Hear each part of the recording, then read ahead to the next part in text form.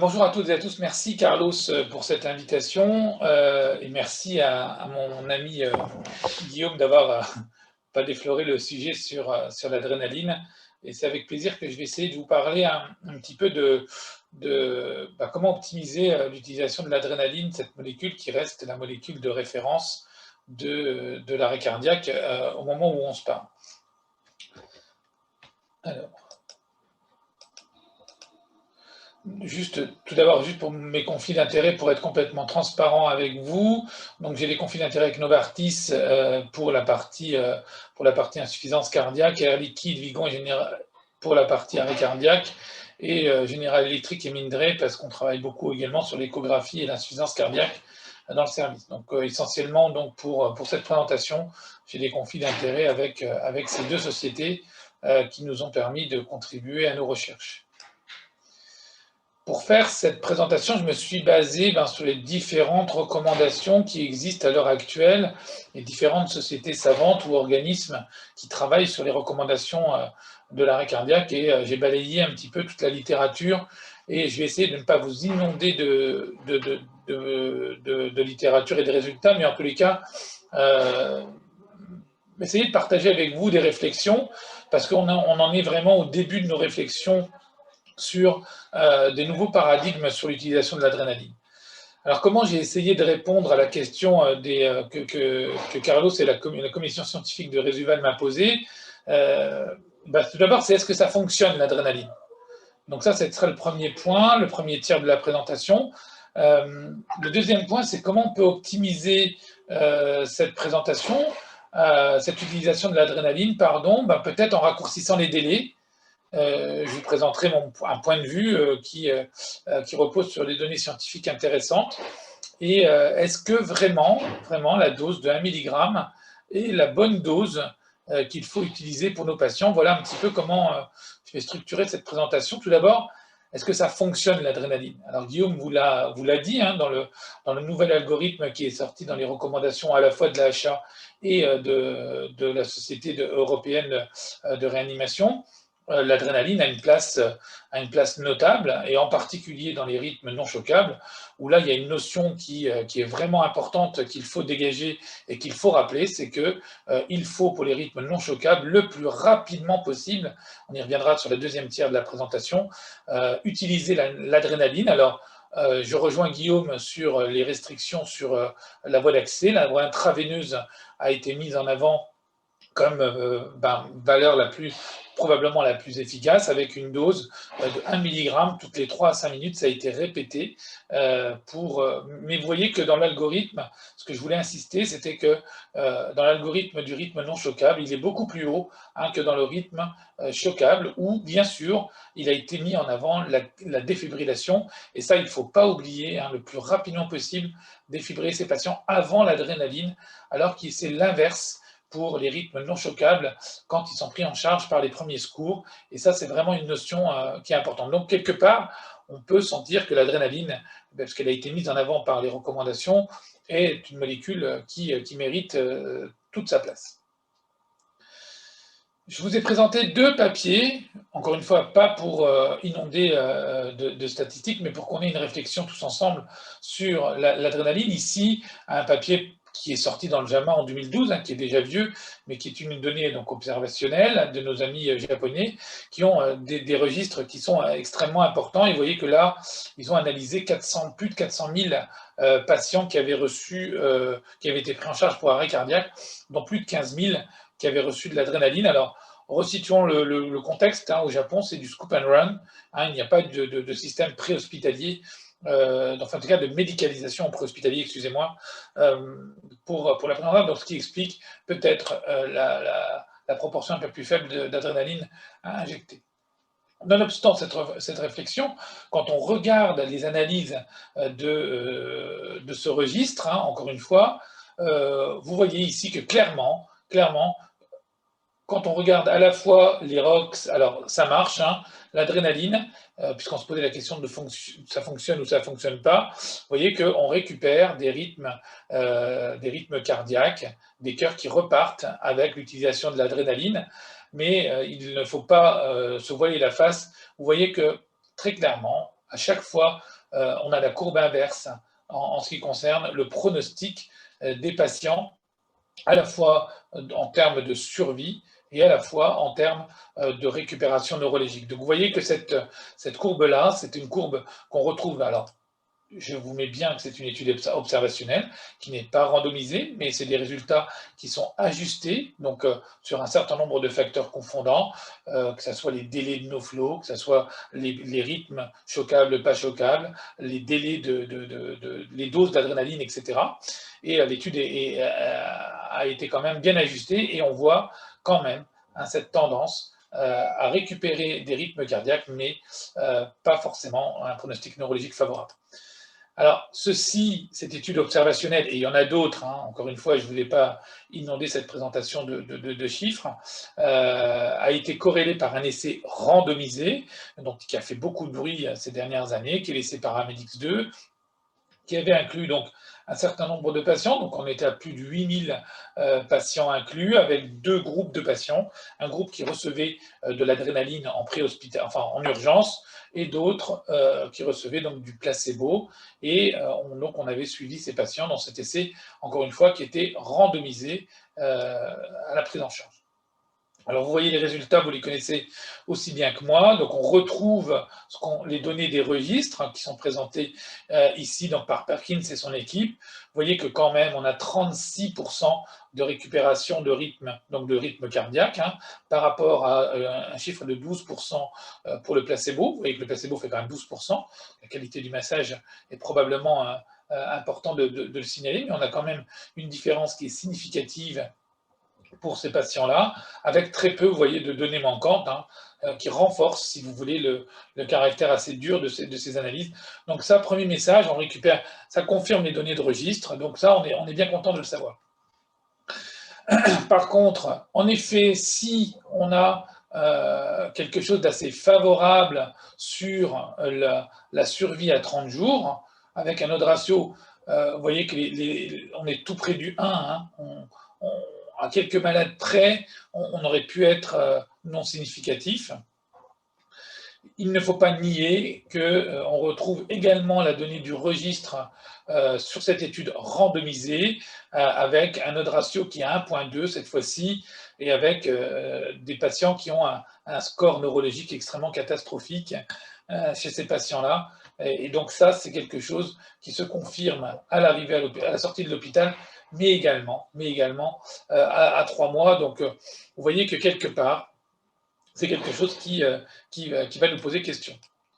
Alors, voilà. Donc, bien sûr, ça, c'est un autre score que le score CPC, mais vous voyez que ces patients-là qui étaient dans le groupe placebo, on a beaucoup moins de patients qui avaient des scores de pronostic neurologique extrêmement mauvais. Et donc, du coup, on a cette notion qui veut nous faire à la fois sentir que les registres et l'étude randomisée, et ça, c'est quand même un élément fort de la littérature, quand on va dans le même sens, c'est-à-dire qu'on récupère des rythmes cardiaques, très bien, c'est probablement le début de la guérison pour nos patients et de la récupération, mais on paye un lourd tribut à l'heure actuelle au pronostic neurologique des patients, et ça c'est quelque chose qui doit être notre challenge tout à l'heure, et Guillaume a bien terminé sa présentation en disant que c'était de la réanimation, puis maintenant cardiovasculaire, il ne faut pas se leurrer, c'est du cardio-cérébral qu'il faut qu'on envisage, et l'adrénaline est un des leviers pour justement discuter cette réanimation cardio-cérébrale.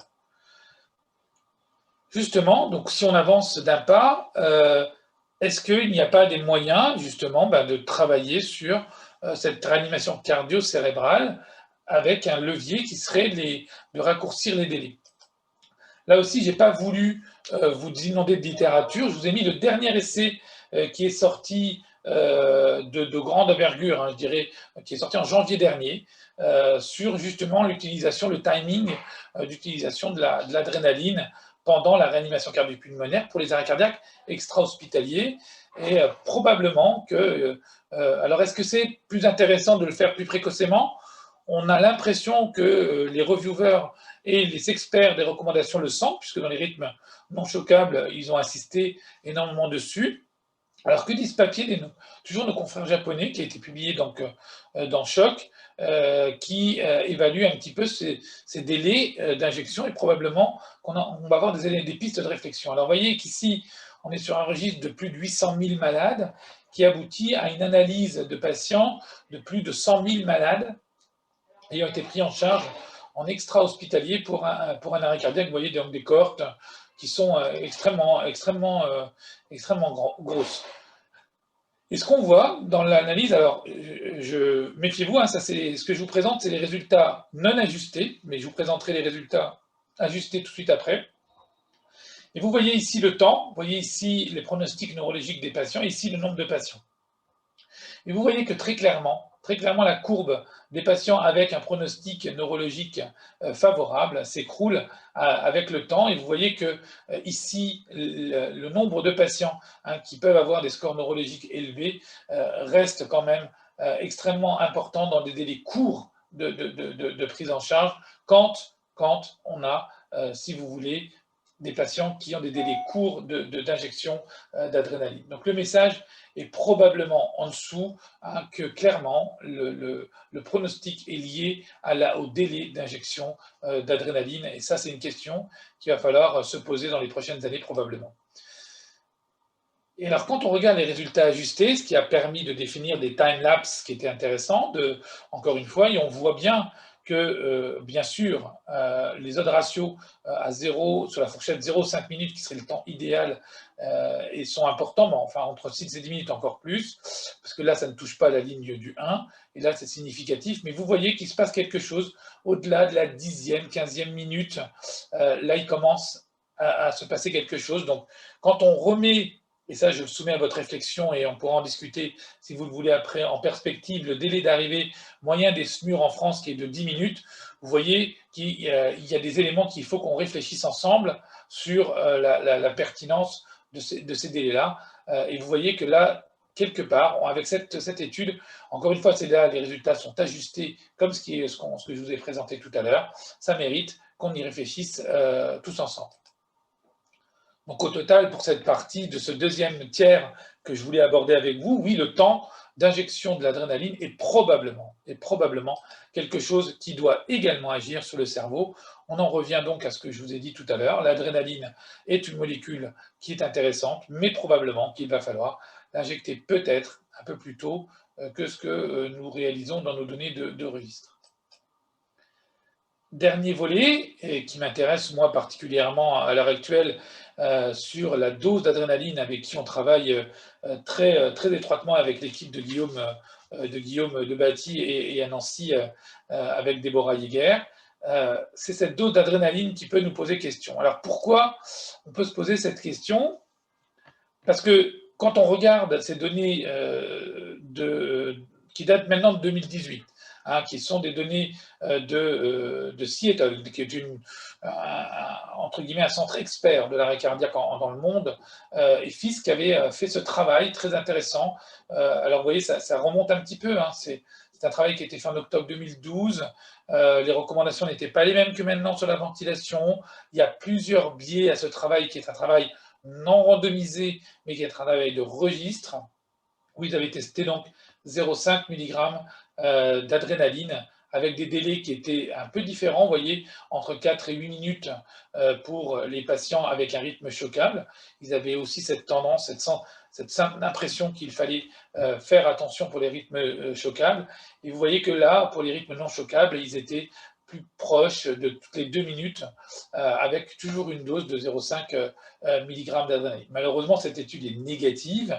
En tous les cas, il n'y a pas de différence significative, que ce soit sur les ROX, sur la survie et sur le pronostic neurologique des patients. Et quand vous regardez les résultats ajustés de cette étude, ils sont également non significatifs. Donc on avait un petit holà sur cette dose de 0,5. Mais encore une fois, cette étude a pas mal de biais et ne repose pas sur les nouvelles recommandations, en particulier sur la ventilation, etc., etc.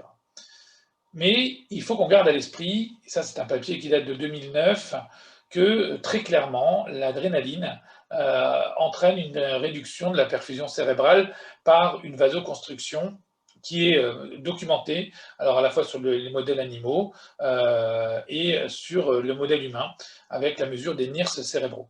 Donc on voit bien ici sur ce travail qui date de 2009, sur également des cochons qui étaient anesthésiés, mis en fibrillation ventriculaire, réanimés, ils ont été surveillés également pendant la phase post-réanimation.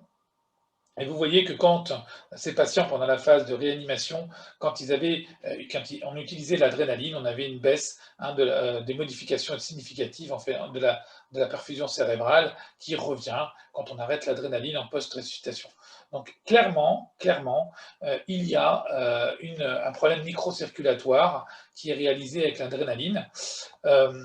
Donc nous, on a lancé une étude qui est terminée à l'heure actuelle, où on a évalué, alors je ne peux pas vous présenter les résultats malheureusement parce qu'ils sont under review et je ne voudrais pas qu'on passe à côté, mais je vais vous les donner oralement.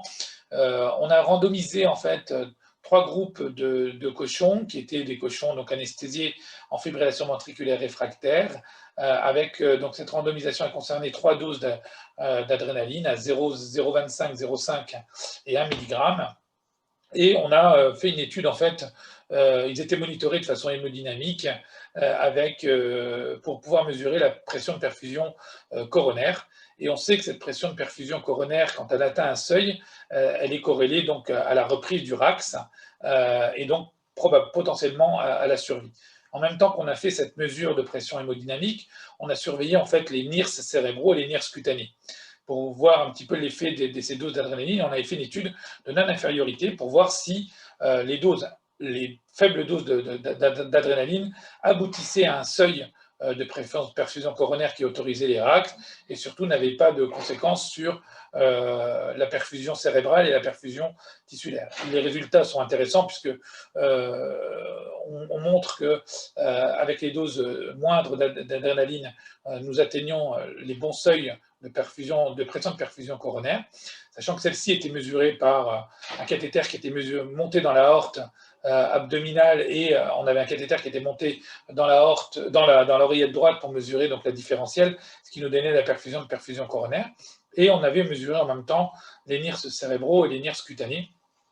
Et on voyait bien très clairement qu'à 1 mg, il y avait une différence assez notable quand on utilisait par rapport à 0,5 mg où il y avait un maintien de la microcirculation. Et donc, on peut espérer que l'hypothèse des faibles doses sur un essai de la plus grande ampleur randomisé pourrait nous permettre chez l'adulte, en termes cliniques, des résultats intéressants.